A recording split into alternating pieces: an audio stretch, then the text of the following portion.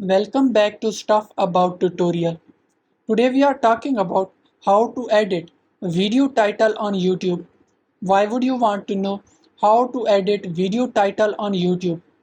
Well, maybe it is your first time using YouTube and not sure how to edit video title on YouTube. So today I'm going to show you how to edit video title on YouTube.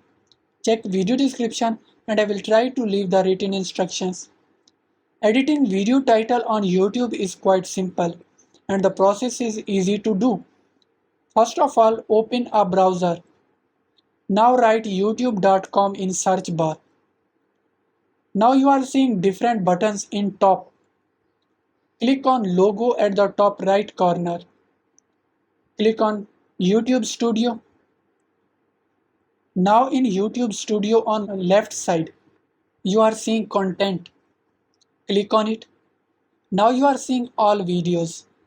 Click on a video you want to change its title. Now in title section at the top, you can edit title and then click on save. There you go. If you wanted to know how to edit video title on YouTube, that is the easiest way I know how. If you know another way, to leave a comment below. Be sure to subscribe for more videos.